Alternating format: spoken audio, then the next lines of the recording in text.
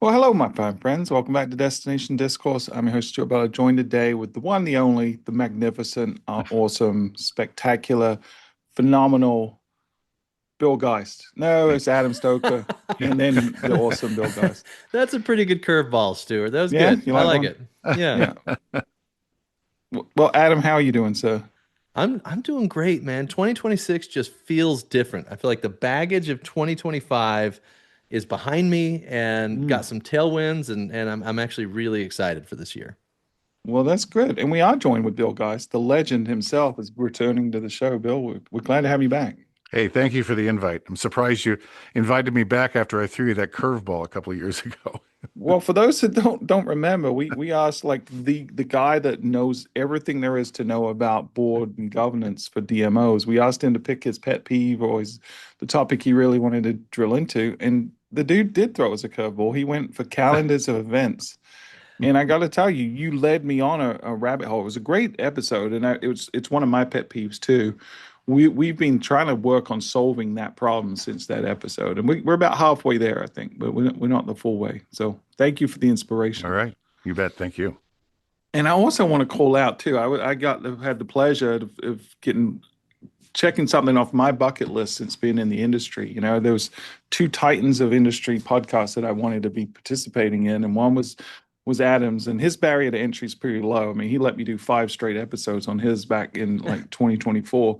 But Bill, I wanted to be on your podcast so badly. I got to get on your podcast, and then I had like let's say a technological malfunction, and I ended up not you couldn't hear me or I couldn't hear you. I forget what it was, but it was like a disjointed.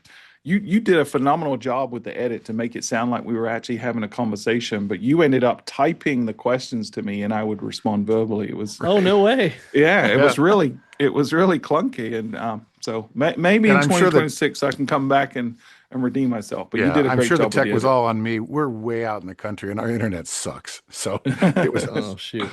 Well, we persevered. We plugged on. I think the first half of the episode we were having a real conversation, and then it dropped, and then he was typing questions in real time, and we managed. yeah, So it worked. it's fun. Well, hopefully we don't have technological Yeah, let's hope so. questions or issues today, but you know what we do have today, Bill. I know you're excited for this, Oh, and I know yes, I Adam's do. excited for this. It is Of course time I am. for Stu's news.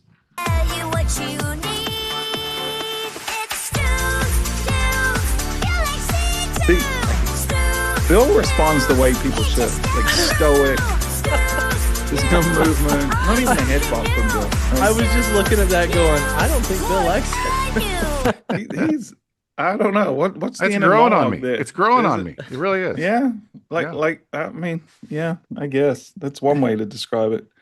I love the non-reaction. That says Yeah. everything, Bill. So we got two items for Stu's news today. One's from TechCrunch, and then the other I get there's a newsletter I'm subscribed to called Mindstream, and I actually got both of these from that. But one is about OpenAI, and OpenAI actually came out with this whole section for health now. So they've seen like hundreds of millions of people are using ChatGPT for health related recommendations, and they've realized that there's some challenges with that, right? Privacy being one of them, the lack of hallucinations being another, and actually getting good advice that is based in science. So they've created this whole thing. They've talked to a ton of physicians that have helped them create this ChatGPT Health section, where users with a ChatGPT account can go and they can start to plan their health care. And so it's not a doctor, it's not replacing a doctor, but it is going to help you keep up with appointments, keep up with symptoms, keep up with medication, stuff like that. And there's a couple of cool things. Like one is it's purpose built for this, so it's going to be a better tool. Two is you have complete privacy. It doesn't go like everything else you chat with ChatGPT goes into the algorithm and helps it update. None of what you put in does. Like it's really taking that privacy seriously. And you can make it forget anything at any point. So you have complete control. So this is really cool because it's building trust with the consumer, and it's also training people to use this generic tool for a specific purpose. And I think healthcare makes a lot of sense because it's already a place where people are using it. Now, at the same time, the other news article is this is one from TechCrunch, comes from Google, where people have been suing Google actually for some of their healthcare recommendations through the generative AI in the results of Google search. And so Google started to remove some of the healthcare recommendations, not all. And some people are critical that they're not doing enough. But at the same time, Google's pulling back on healthcare recommendations. ChatGPT is leaning in heavily. And so I think this is interesting. What I really want to talk about a little bit, I get your reactions in a second, but for me, this is potentially a glimpse into our future of travel, right? So if ChatGPT is now verticalizing, meaning they're creating tools specific for a specific purpose, so it's not just a generic chat, at some point in the very near future, they're going to look at what other industries make sense. And to me, travel is the next no-brainer for them. Like, does ChatGPT and others build a specific tool that's AI powered, but is really helping people plan and book and enjoy their travel? So I'm going to throw it over to you, Adam, for your reaction, then we'll hear from Bill. Yeah, so you and I have talked a lot about the barrier is going to be adoption. The technology Mhm. is going to outpace adoption pretty significantly with AI. And one of the problems with getting people to adopt something is change is just hard for people. They don't want to change.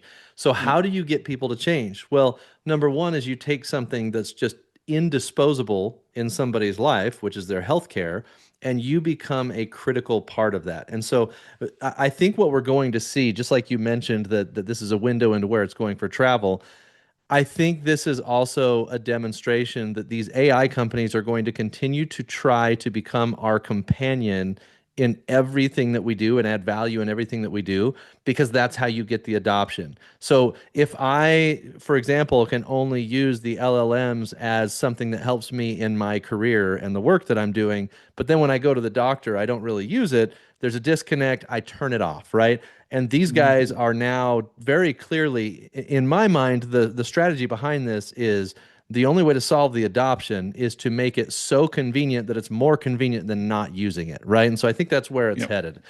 The other Yeah. thing that I wanted to talk about with this just briefly, and I think it's very applicable to destinations, is even though ChatGPT was first and has the largest market share with AI, when you look at just companies in general, Google is still most definitely, from a revenue perspective, user base perspective, they're the leader. And what you're actually seeing here in a marketing sense is OpenAI is operating as the challenger. They're taking a risk to gain market share, whereas Google's playing a little bit of defense. They're operating as the incumbent, which will cause them to maybe have some short-term losses, but I believe that in the long term they're going to be able to overcome those.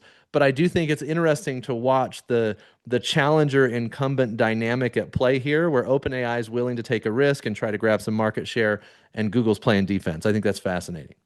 Yeah, I think the adoption piece is really interesting to me because I think you're right. What they're doing is they're creating stickiness with their platform. Right now, there's zero barrier to entry to switch LLMs other than the conversations you've had, and they've created a lot of stickiness. In any new technology, there's a phrase called killer app, right? The killer app is what breeds adoption, whether that be in, computers, whether that be in video games. You look at the original Game Boy, I'm a huge Nintendo fan. The reason that took off and broke all the records of video games at the time is it appealed to everyone because it launched bundled with Tetris, which was the killer app. Had they launched with like a Mario game, something more traditional, it wouldn't have appealed to grown-ups as much as Tetris did, right? So I think this healthcare thing could be the killer app. Not that ChatGPT necessarily needs to gain market share, but they definitely need to maintain their market share because we've seen a slip, as we've mentioned on the show before. So, Bill, I'm going to throw it back to you now. So, what is your reaction to these news items here? Yeah, and thank you for sending along those two links this morning, because what stood out for me was that there is concern that the summarization on Google with AI is oftentimes incorrect. And this is kind of for me like short-term rentals. I mean, in the early days of short-term rentals, it was rare to hit an STR that sucked or Hmm. was not represented appropriately online. And yet my last three stays in STRs have been, holy shit, this is nothing like the pictures, right? Hmm. And so we've now gotten to the point, and I know this is us and not the world, but we're less and less interested in STRs now because they haven't been accurate. And I think that's the problem here. I've been actually keeping a log of the times that I go to Google, and of course they've got now the AI summary, and I'm keeping a log of how often it's wrong, and Oh, it's wow. just a shade under 30%. Yeah. And, Wow. Stuart, you and I had this conversation when you were on DMOU is, you had made the prediction that DMO websites were going to be obsolete in 5 years. And I countered by saying somebody has to be telling the truth in a post-truth world. And the only people are going to do that is us. And so I think that's part of the challenge. I think using AI comes with the need to understand that you need to do your homework and make sure that what you're getting is actually accurate. Yeah, for sure. And if Yeah. you look at the verbiage, how OpenAI has released this health product for ChatGPT, trust is first and foremost. That's Yeah. that's the word they're using. And we've talked a lot on this show about how trust is the currency moving forward because we're raising a whole generation of skeptics, right, who don't know what to believe. And Yeah. so we've got to be that authority for trust. I couldn't agree more. Can I give you just a quick anecdote on the raising a generation of skeptics side of things? Yeah, I sure. am having conversations with my daughter that I did not think I would have to have about the moon landing, about other major events in history, and some of the questions she's presenting. I'm like, it's 8 o'clock in the morning. I don't want to have to figure this out right now, but we're raising a generation of skeptics. We most definitely are. Yeah, we Yeah. need to get someone on here to debate the moon landing and the flat Earth and stuff like that. I love, with my background in physics and space science, I feel like I can probably win those two arguments fairly comfortably. So if you need me to chat with your daughter about it, let me know. Oh, fascinating. All right, that conversation maybe after the record button goes off. I'd be interested to hear your take. All right. But yeah, you're right. There's so much information and misinformation and hyperbole out there on the internet, and you can find a source to back up any crazy theory out there now, right? So Yeah. Yeah. they have to be skeptical. Our job as parents and grandparents and just community members to the youth is to teach them critical thinking, right? We if we don't teach critical thinking, we're all going to end up in idiocracy if we're not careful. So, Well, that's what's been kind of fun is to not share my inherent ideas on some of that and just say, well, mhm, what do you think? And why do you think that? And why would yeah. it be that way? And why, And what's your source? Yeah. And who's your yeah, source? And what's their bias? And what's their agenda? Yeah. I it's think. been And what's the really counter fun. to that? Who's an alternative source? I think you're doing the right thing. First time you've been a good parent. So I applaud you. That's great. I couldn't have done it without you, honestly. Yeah. I mean, that's fair. That's fair. Although you still do let them listen to the jingle. So it's not all roses. All right. So, Bill, you're not going to let us down this time. Not that you did let us No. down last time. You just threw a curveball. But I know today you're bringing your A+ game. I mean, you know what the audience wants. You left them wanting more last time. But hit us, man. What's your thesis today, and what are we going to be talking about? Well, listen, before I get into my thoughts, I just wanted to thank you guys. When we had made our announcement of our pivot to go totally into board governance and board advocacy, you guys kind of opined on my impact on the sector over the past 30 years, and I just got to say thank you. It was heartfelt. I was touched, and it was a busy summer, and I'm not sure I sent you guys thank you notes. I should have if I didn't, but I'm thanking you now. So thank You're you for very that. welcome. And we meant And every the word other of it. is, You're a is legend. Stuart, I got to say, your prediction episode a couple weeks ago, um, when you said it's the beginning of the end for destination being the driver, I could not agree more. It is going to be about events, about concerts, about the things. It's less about the destination and more about what we can do. And Mhm. I think that's been coming for, I don't know, 4 or 5 years. I mean, I felt it. Yes. And again, yeah, I've been in this business long enough to know that I can't base my marketing decisions on what I like because Hmm. I'm not normal. But I've been seeing this for a while, right? Yeah. Is like that, and that's how Terry and I travel. It's not to go to a city, it's to go to the thing. Yeah. And a great example is I had a gig in New England last year, and it was close enough to New York City that we went online and said, "What's happening on Broadway?" And Stereophonic was playing, which has got like the most Tonys in a year ever. And we said, "Okay, we're taking the train, and we're going to pop into the city." And with all due respect, New York City is not one of Terry's favorite places, but we saw the opportunity for an experience. And we were close enough that we did that. And we wouldn't have gone to New York City for any other reason than to see that play. So Right. I think that you're really onto something with the beginning of the end of Destination. So Yeah.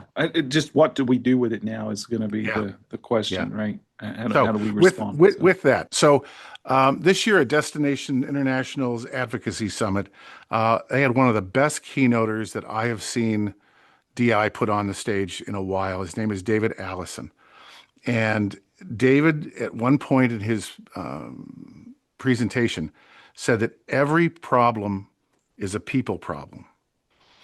And we blame technology, we blame the machine, we blame the audience, we blame everybody else, but it's always a people problem. And as I thought about that, I thought, for us in DMOs, every problem is a board problem. Everything that goes wrong in a DMO, you can trace it back to the board. You yeah. really can. I mean, yeah, there are management missteps. I get it. There are politicians who want to take our money. I get it. But that wouldn't happen if the board was on the case. And so I've developed these 3 deadly sins of board management, which I'd love to share with you today. That's And I'd love great. your So take on excited. it. That sounds great. And now I don't have to think about what the title of the episode is because I think you just gave it to us. So let's start at the beginning. And in the beginning, for me, it's succession planning or lack thereof. Mhm. You know, I get it. And let's understand and level set. Roughly 70% of the boards that are overseeing DMOs are self-selecting. There are 30% that are either divisions of another organization or have an appointed board. And so they don't have control. But I think they have influence. And so for those that are listening in that may have an appointed board or don't have control, look at this as a way to try and influence. I mean, use the same tactics and go to the appointer and say, "Hey, I know you really want to put your friends on the board, but here's who we need." Right? So, so oftentimes I think we have boards that, I mean, we're all like-minded. We're all in this club. We all want to help our community. And we start putting people on the board when it's time for us to step away that look just like us Yeah. or are our friends. Mm-hmm. And that really is not what the community needs. And so what we're really advocating for is a matrix, is create a matrix that has whatever's important to your community. Now, there are some standards that have to be in there, gender, age, ethnicity, geography, industry type. I mean, those are constants. But there could be some things that may be about arts or about healthcare or about something else. Whatever's important to your community, line those up and then put your proposed candidates on, the left side, and then go through and do the checkbox. And I think what we will find is everybody would probably, without a matrix, say, "Oh, everybody loves Juan. He's great. Let's get him on the board." But actually, if you do the checkboxes, Louise has 5 checks and Juan has 2. Yeah. So, and she may be, people may around the table say, "I don't even know who she is." That's the point. She's representative of a part of the community that may be fringe, may be underrepresented, but would be valuable to have that voice on the board.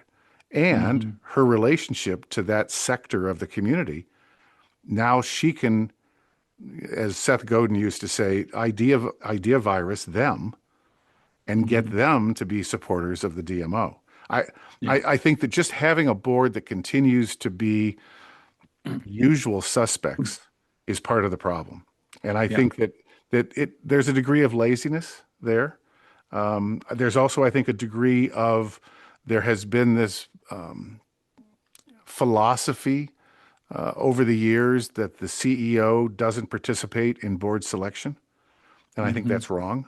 I think the Yeah. CEO probably knows more people in more parts of the community than the board does. Yeah. And I'm not saying that the CEO should vote on board selection, but they should bring names to the table. So Yeah. orientation is I think one of my biggest issues, and it's front and center that you got to get the right people around the table. And I think a lot of boards that I see in crisis haven't taken it seriously. Yeah, that's great. So let's take a pause there and sort of dissect what you said, because I agree. I think, you know, we went through an era a few years back, when DEI was prominent, where everyone was talking about diversity, but they were talking about it very one-dimensionally, right? And it Hmm. was almost tokenizing certain Right. segments of the community. But I think what you're describing here is true representation in a way that brings diversity of opinion, diversity of experience, diversity of network. It isn't, although you're doing it through a checklist because you do the matrix, it's actually cross-referencing a whole mismatch or a mix of different attributes for people. So I like that. I think I've been here only 5 years, and I've seen our board sort of go through some changes because we've had a couple of CEO shifts in that time in different philosophies. And I think it's been interesting because and I'm not saying this was us, but I've seen other boards that do this where um, they play it safe and create an echo chamber that makes them feel comfortable because it's like-minded individuals that have the same philosophy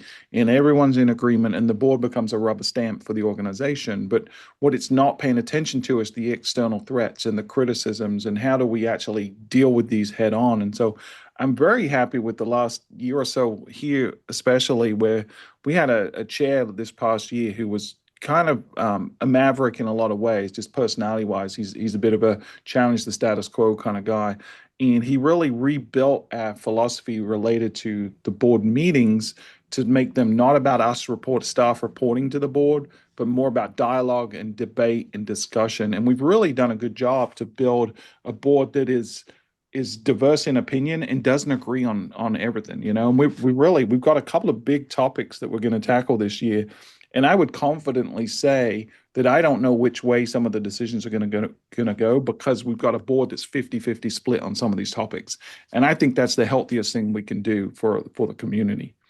So Adam, have you got anything to chime in on this one? Well, for me, I'm coming at this like when we talk about board governance, this is the bureaucratic side of destination marketing that I'm probably like a 5-year-old on. So I would say I don't necessarily have some of the how-to insight. I have questions. And so one of the questions I have, Bill, is when you look at board selection and board governance, most people, I'm assuming, don't know what they don't know. So, for Hmm. example, you said that the board should match the values or desires of the community. So, what's the vehicle by which a destination marketer can understand without bias the needs of the community? And the reason I ask you that, let's say the CEO of the destination is going to go to the mayor and say, okay, I want to add value to this community. How do I do it? And the mayor says, well, here's some priorities that just so happen to also line up with my political agenda, right? So you're not going to get what Right. the actual needs of the community are. So, and maybe I'm asking you for your secret sauce here, Bill, and if I am, I'm sorry, but what I want No, to no. understand is how do you truly understand the needs of the community in such a way that you can be educated in selecting the board that helps with governance? Yeah. And I think it's a balancing act. I think you got a great point, is you have to understand the agenda of the mayor and the council or whatever the governing body is, and then match that with what's going on in arts and culture and in recreation and in all these sub areas of a community that then you find the right mix of people who can balance the mayor's agenda with the agenda for the community. And then ultimately that discussion, Stuart, to your point, you've got this 50-50 thing going on that, you'll ultimately come out with a decision of what's best. And it may not please the mayor, and that's part of the job, but hopefully we can find that middle ground. Does that make sense? Yeah. Yeah. Yeah. Yeah. And I would add to that, Adam, it's you got to be integrated with the community and rooted in the community. You got to talk to the businesses and the residents in the other power brokers and organizations in the community and find out where there is agreement and where there's disagreement and not shy away from that. Because DMO, primarily you could argue who we serve, whether that's the residents or whether that's the business community or the visitors. But the reality is, we're not always going to see eye to eye with the elected officials. We're not always going to be on the same side of an issue as the elected officials. But we can't create friction through that, right? We can't either ignore it or argue about it. We just got to have open, honest dialogue and rational discourse to explain why we're standing this way. Because we, at the end of the day, represent the community. It's not like Stuart Butler's opinion or any employee's opinion. It's we're here as a representative of the community through our board and beyond. One of the best pieces of advice I've ever gotten in this role came from Joanna Hodge on our team. She's been with the organization 35 years, so she's seen a lot of changes, a lot of ups and downs. And she said to me within the first month I was here, because we had some tough decisions to make, and she said, always keep a board or a committee between you and a big decision. Like that, and I live by that, right? Because it's like it's never my decision alone, right? I always need to seek input, and it shields us from that argument, right? When I go to an elected official and I say, "Here's why we stand behind this," it's not my opinion. It's we're representing the board's decision. So, all right, Bill, you got three All right. deadly sins. I think we So chewed number up the two. first one. So in order, so it's finding the board members, and then number two is orientation of the board members. And this is not statistically accurate, but it's a snapshot in time. We were asked by a pretty large DMO to do I think 20 DMO survey of just, board size, board meeting schedule, board orientation, but all the things about boards. And I was stunned when I saw roughly half of these 20 pretty like DMOs of big size said in this survey that orientation for them was taking the new recruits out to lunch. Oh, Lord. It's like, oh my. I am so sorry. Taking them to lunch means you're going to screw around with the menu for 20 minutes and you're going to get 20 minutes of real time. And then orienting a new board member to what we do is way more than 20 minutes. Yeah. And even if it's more than an hour, I honestly believe that an orientation has to be at least 2, if not 3 hours because we know what we know. We live it every day. It's kind of like, I don't even know if they do it anymore, but I'm old enough to remember that when I was in school in like 3rd and 4th grade, they made us diagram sentences. And I don't think anybody diagrams sentences anymore because we just know this is where that goes. This is where this goes, right? And this is like diagramming sentences. Unless the person has actually been in a DMO or run a DMO, they have no friggin' idea what we do. Even if they're from hospitality, right? Even if they're a hotelier, a restaurateur, an attraction, they don't understand. They don't understand the rules behind room tax. They don't understand, the political nature of what we do. They just don't get it. And they don't understand that this isn't about room nights because that's what they've always been told. And so, this is, in my mind, the perfect orientation is not just for the new recruits. It's an all hands on deck because the veterans should be there not only for a refresher, but to welcome the new team members, right? And show them that they care. And then let's go through it soup to nuts from the legal side, the financial side, the marketing side, bring the staff in and let them do, 15 minutes each of dog and pony, full video, full tech, just wow them, show them the videos, show them the numbers, show them the charts. And just immerse them in this. Yeah. And then, and this was something that I learned sadly only a couple of years ago, but it was brilliant. I was doing some work for a DMO here in the Midwest, and I was doing a board 360. And one of the board members, not from hospitality, said to me, "You know what would have made our orientation better?" And they actually do orientation properly. But he said, "The one thing we're missing is," he goes, "I don't come from hospitality." He goes, "About a third of the stuff you guys were talking about, I have Yeah. no idea. The I got, jargon. Yeah. yeah, with the Acronyms and jargon, yeah, jargon. the Yeah. lexicon." He says, "The CEO should come back around in 2 weeks and call every one of the Hmm. rookies and say, was there anything that you didn't understand that you didn't want to admit that you didn't Yeah. understand in front of all these people?" Because most people are not going to say, "Well, what is RevPAR?" RevPAR. Yeah. Right? Hmm. And because they don't want to show that they don't know, but Yeah. give them the opportunity in a safe space in a phone call Hmm. to ask. And then, and now you've got a board that the newbies are ready to hit the ground running day one. Yeah. And that's the beauty. I can't tell you how many times I have sat in a room with board members, and it's a 4-year veteran who Hmm. has not a clue as to the real mission of the organization. They're just Yeah. there. And Yeah. I think that that really hurts because now you can't defend. If you're not oriented properly, when you're out in public, you can't advocate, you No. can't cheerlead, you can't defend because you Hmm. just don't know. And I think it's critical. And I'm surprised at how many DMOs don't take orientation seriously. Yeah. Well, it's a lot of work, right? And I'll, Oh, it I'll tell you, is. I get, I, yeah. I started out as a board member of this organization before I was a staff member. So I got to experience the orientation process. Back then, we really didn't have orientation. I came on the board, and I would say for the first 6 to 12 months, I had no idea what I was doing. And fortunately, I'm someone that I'm not afraid to embarrass myself, and I just ask stupid questions. And Right.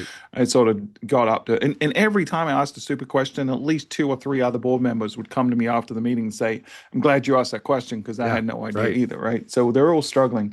Then we went to a process where we literally had, it was like a 6 hour orientation where we went through everything all in one day. Every department head came in. And what we talking back to our board members afterwards is like, I can't retain this much in a day. Like it's Mhm. too much, right? So now we've gone to a 1 hour sort of setup, but then we're committed to ongoing orientation, and we provide Yeah. resources. So we got one as a glossary document. So if there's any acronyms that you hear, it's all in one document that you can sneakily look up without having to worry about it. And Have you two, put we the have British ones in there too? we haven't. No, this is just Okay. professional, normal ones. I could put some slang in there, but I don't think we want wanker in our glossary book, right? So, You're going to get um, us the explicit rating here. well, Bill already said shit, so it's okay. Um, but then we also give a guidebook, like it's a handbook, which is like all the things you need to know. It's got our bylaws, it's got all the board members' contact information, it's got like this organizational structure. So there's like a lot of background reading. But then we're also committed to ongoing. Like I don't think orientation is a one and done thing, right? I think it's something that continues to evolve over time, and there's always new topics that come up. And I think our job, to Bill's point, is to get people to the point where they can contribute and they can be an asset and an ally and an advocate. And so when a new topic comes up, we need to spend a little bit of time in the board meetings, making sure there's materials, background reading, making sure that they're available in plenty of time before the board meeting so people can have the time to read it and be knowledgeable. But then we also need to spend some time setting the table before that topic is discussed and any decisions made. So it's a process. It's a lot of work, but you have to have deliberate effort towards it. Yeah. I don't know, Adam, if you've got any Yeah, questions to follow up on this. I do. I've sat on some boards, and I've interacted with a lot of boards, and most importantly, I've had DMOs complain to me about their boards fairly consistently. And Bill, you said, you know, you took this speaker and modified every problem is a people problem. You modified that to every problem is a board problem, right? I'm kind of starting to think in what I'm hearing from you guys that every problem is a people problem. And in fact, it's the DMO team's problem in a lot of cases. And the reason I'm saying that is even on some of the boards I've sat on before, I haven't had clear communication of Yeah. what do I need from you in order for you to be a good board member for our organization. And so I don't know if I'm playing the role of skeptic. I don't know if I'm playing the role of cheerleader. I don't know if I'm playing the role of advocate, right? And I'm worried that based on what I'm hearing from you, in a lot of cases, we've got board members who are being labeled as bad board members who in reality just don't understand their role. Mhm. Yeah. Yeah, I Yeah. think that's totally fair. Bill, you want to respond to that? Yeah. And I think that probably gets us to the third sin. And that is that whether or not you've been properly oriented to what your role is. And I think part of that also comes down to that role has evolved. I mean, when I got into this business decades ago, it was really clear that none of us knew what we were doing. This was a brand new industry in the 80s. I mean, unless you were in a big city, for most of us, we were building the plane as we were flying it. And so the boards back then actually called the shot because they were Mhm. mostly hoteliers, they were mostly hospitality, and they would say, okay, these are the markets, here are the mediums, go get them. And Mhm. that's what I did. I knew my role, and they, I think, thought they knew their role. But now we've gotten so uber sophisticated in what we do with research and technology and everything. There is no way that board members can do what we do. And so, where is their value add? And I don't think we've told them where that value Mhm. add is. And their Yeah. value add, honestly, is advocate. And yes, Mhm. Adam, to your point, critic, somebody who says, hey, whoa, whoa, whoa. I mean, this is going to air in a few weeks, but we yesterday were in a moment in time where the president was threatening to use military action in Iran. And I was listening to all the talking heads who were saying, okay, we could do that, and we'll probably be successful in doing that, and we might topple the regime. But if we do it and it actually galvanizes the people of Iran to go back to being pro government, right? We need those voices. We need the voice that says, wait, are we sure the mayor's not going to lose his mind if we do Mhm. this? Right. And I think we do need the critics on the board. And that doesn't mean they're bad board members. But Mhm. if a board member is actively trying to, you know, move funds from one place to another, that's different. But for that voice to say, let's think this through, I think it's important. Yeah. I think one of the signs of an unhealthy board is a lack of debate. And if you're sitting there as a DMO and your board has voted unanimously on everything for the last 12 months, you're Yeah, probably doing something wrong, right? Because something's there's wrong. no way you can have that many people agree on everything Yeah, for that period of time. And so I think that discourse and encouraging that and making sure you have people to play that role and encourage that spirited debate with a framework, right? With one of respect and the community benefit in mind is important. We try to tell our board, and most of them do this, not all, but we like when you come into this boardroom, put aside your personal business hat, right? Like right. don't think about those interests. Think about the community's best interests.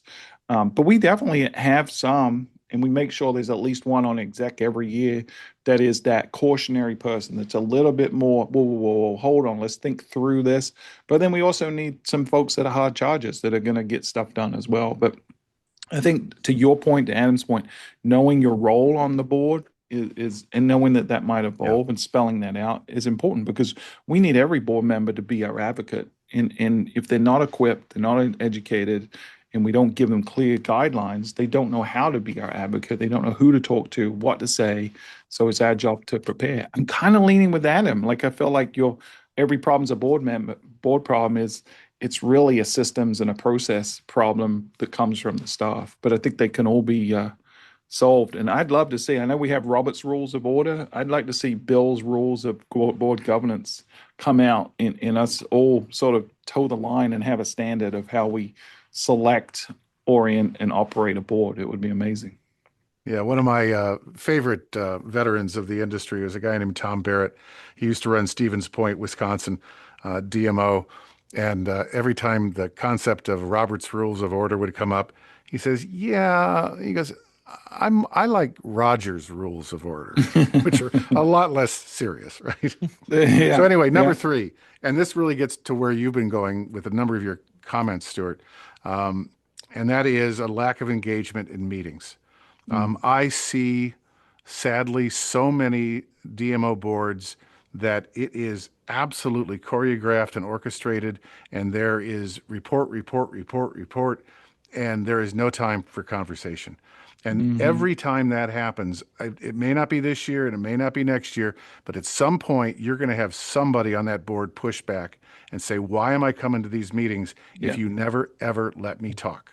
I mean, yeah, and on the flip side, we're forfeiting thousands of dollars of consulting time yeah, Yeah. from business professionals and community leaders that we could benefit from to make our decisions better. I've just finished a book by a guy named Ryan Short called The Civic Brand, where he says that brands have to be more than just destination brands or place brands, but they have to be civically embraced. And he says hmm, you have to embrace tension, Yeah. and tension is your hmm, friend.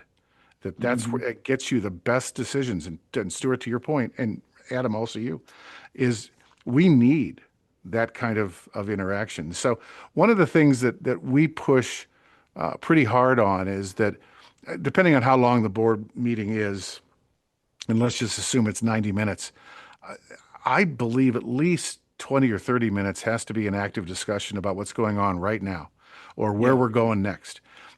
Yes, we have to do the financials, we have to do the minutes, we have to do the director's report.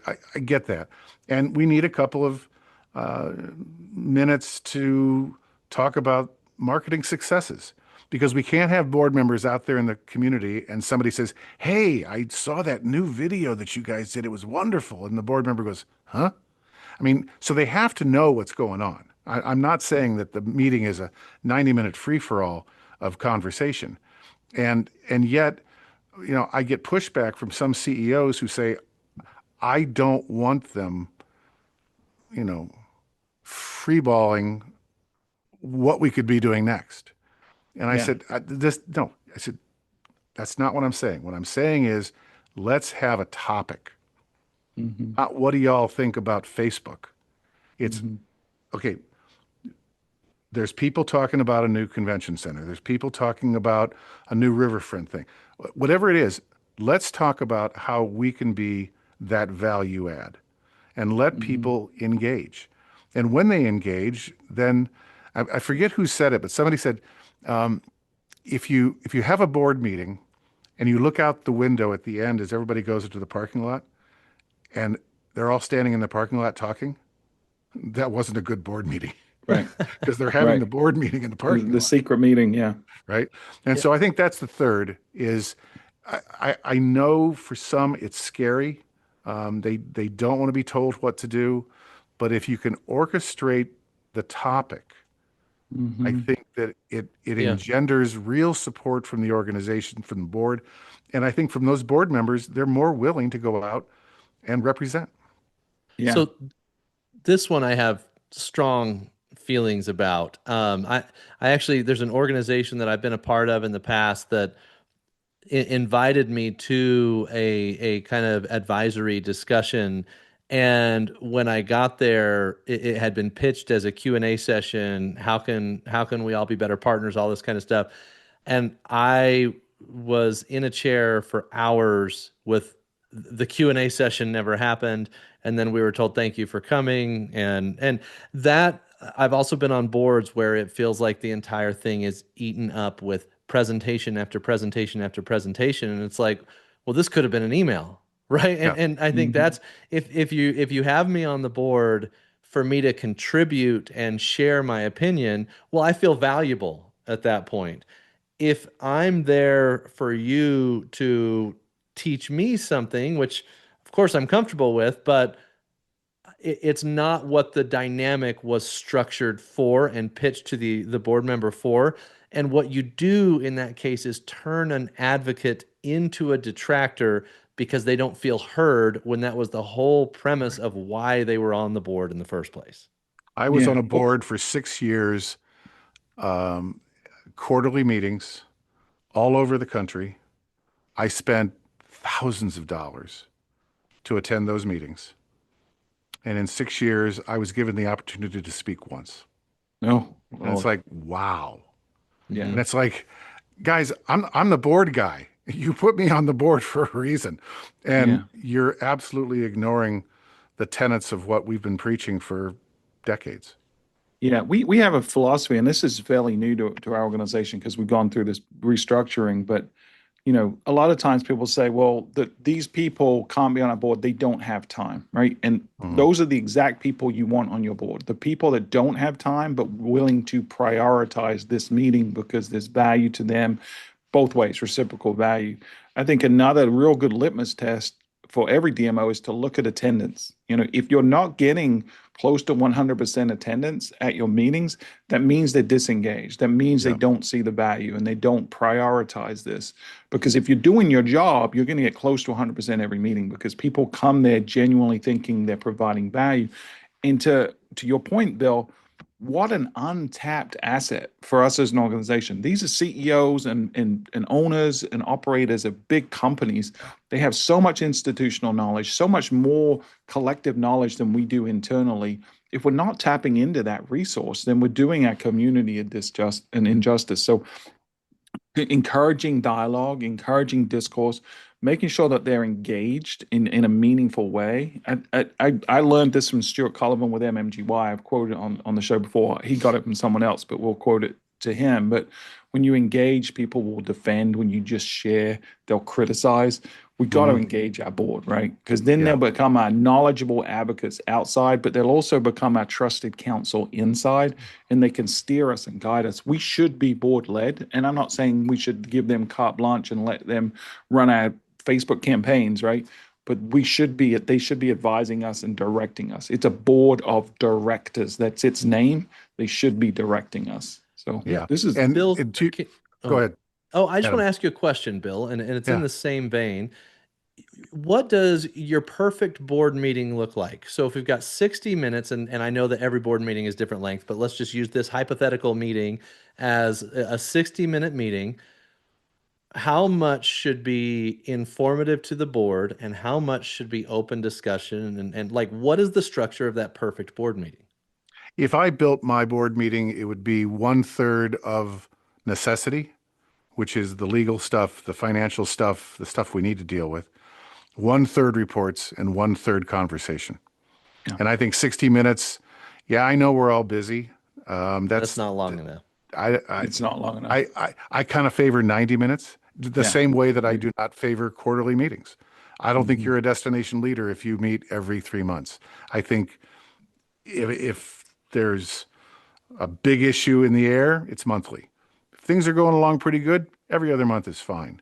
But Stuart, to your point about letting them speak, I always bump into people who say, "Oh, I'm having the hardest time getting quorum," and I go, "Yeah, you have no time for conversation in your meeting, do you?" Yeah. Because if people think they're going to miss the conversation, they'll be there. Oh, right? Yeah. If they're going to contribute and influence the conversation. Let me ask you a question because I think these 3 deadly sins are amazing. And I think a lot of people get something out of this. I'm going to be selfish for a second and ask you a question about us specifically. We're going through our change, and one of the things we've done is added ex officio membership to our board, and we're bringing in a lot of elected officials and even staff members from our local municipalities, from our cities and our county. So just philosophically, Bill Geist speaking, what's your philosophy related to having elected officials serve in some capacity on your board, and what have you seen from that? Because I'll be honest, this is one where not everyone here agreed with it. Like staff pushed for this, but our board was a little nervous, and so we're just rolling it out now. So just I'm interested in learning from you, from your experience. Yeah, I think electeds in a modest amount, Yeah. are a good thing. I think it Yeah. it helps them understand what we do. It helps create champions for us within their realm. Hmm. I think where we get into trouble is when the the electeds get to be more than 50% of the board. I mean, Yeah. I mean, to have three or four, I think is great. The Hmm. fact that they are ex officio and can't vote is probably better. And actually, Yeah. there's a misnomer there. Ex officio doesn't mean that you don't have a vote. People Hmm. think that, but it's not exactly what it means. So you have to say ex officio without voting privileges. And Yeah. I think that then you this is an opportunity for you to showcase what you do and have people who may be a critic or may have designs on your revenue to say, "Wow, that's pretty cool." I mean, Yeah. yeah, and also see all of these business elite and community leaders all pulling together. That would cause me as an elected official to think twice about taking a shot at the organization. Yeah. Yeah, or even seeing the honest dialogue that's happening Yeah, internally, right? Because if we're right. a black box that sits over here and they don't, it's a mystery, you know, Mhm. they're not going to make us informed decisions. But seeing that there's an honest, earnest attempt to do what's right for the community, I think you're going to build trust in collaboration out of it. So we're super excited about it. I'll Yeah, report back 12 months from now. We might should be say it was a fun. complete disaster, but I don't think that's going to be the case. I think it's going to be great. And then the last pop quiz question for me is, do you have a magic number in terms of board size? Yeah. Um, so my magic number 20 years ago was 18. And Yeah, it comes down to the community. I mean, the bigger the community, the more voices you probably need to have at the table. But I sure. think on average, I kind of like 18. And Mhm. then a bunch of nonprofit gurus came out and said the best number is 9. And it's Oh, like, Lord. okay, well, yeah, and maybe for most nonprofits that makes sense. I mean, if you're the American Medical Association and you have a board of 9, well, you're all doctors. Yeah. Okay, I'm okay with that, but that's Hmm. not us. I mean, Yeah. look at who we represent. We represent Hmm. the entire community, and you can't. I mean, in 9, I can't even get all of the sectors that we Yeah. represent. Yeah. Never mind the neighborhoods, ethnicity, gender, age, Hmm. and everything else. So, Yeah. so in my second book, I pared it down to 15 under pressure from some of my friends. And if there's a third book, I'm going back to 18, maybe even 21. Nice. Awesome. Thank you. All right. Well, Bill, we're Thank getting you. close on time, man. This is a masterclass, and thank you for sharing this knowledge. I know Okay, thank you. you did a pivot last year. We talked about it on the show, as you mentioned. I Yeah. don't know if you want to reiterate what that pivot was real quick to our audience so that they're aware. Like Bill Geist did not go into retirement. I wanted to hear Right. that clearly, right? You maybe aren't No. traveling quite as much, but you're very much still actively engaged in our industry. So tell them if they want to reach out to you, what they can reach out for and how to do that. Yeah. The pivot for us was we were, I wouldn't say soup to nuts, but we were doing a lot of things like strategic planning, organizational development, destination planning. And we just said, you know, something where we see the biggest issue.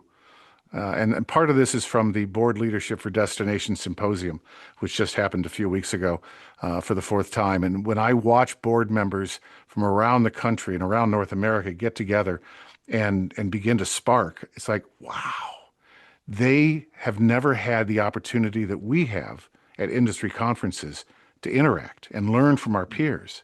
And I said, this is where we need to be. And so what we do now is exclusively board governance, board advocacy, board development. That's it. So if that's something that anyone is interested in, you can find me at billgeist.com, and we'd love to talk. And even if you don't bring us in, that's fine. I mean, I'm geeky enough about this subject that I'll spend time on the phone with anybody. If I have to get on an airplane, the meter starts to run. If I can do Yeah. it from here, nah, let's just have a conversation. That's amazing. Well, and you've given so many pearls of wisdom and advice today. I think a lot of everyone listening to this show is going to find something they can take from Well, this thank you. and apply. Appreciate it. So Appreciate we the appreciate opportunity. you. Any Yeah. final advice you would give folks that are dealing with challenging boards right now? just try to look at it from their standpoint. Try to imagine what it would be like if you were a board member, operating under your agendas and your orientation and your succession planning. I mean, I would think that if you put yourself in their position, you'd realize maybe we should rethink this. Yeah, great.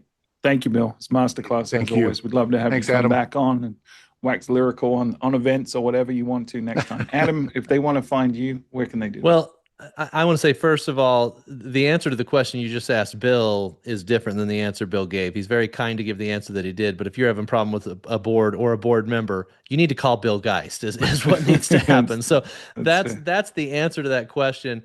The other thing, Bill, is the thought leadership work that you did for years prior to Stuart or I doing any of that in our space.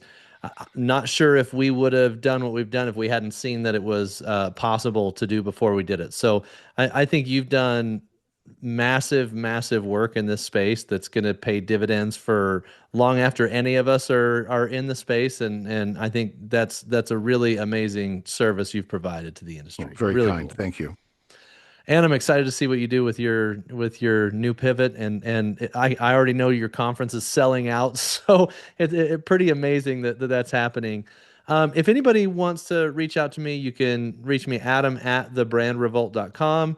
You can also find me on LinkedIn or, of course, on Tourism IQ. Great. Thanks, Adam. Thanks, Bill.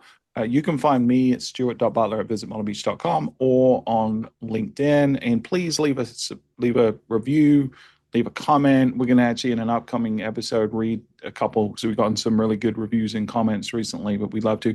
And then share with your staff. Like we say, share with someone in the industry. Your team should be listening to this. It's continuing education is really important. So if there's other team members within your organization you feel like will benefit from this conversation or others, then, or even your board members, like share this show. We'd love to. We're seeing massive growth in listenership, but we'd like to see that continue. So please share it with a friend or a colleague. And thank you for listening. Until next time, this has been Destination Discourse. Thanks, everybody.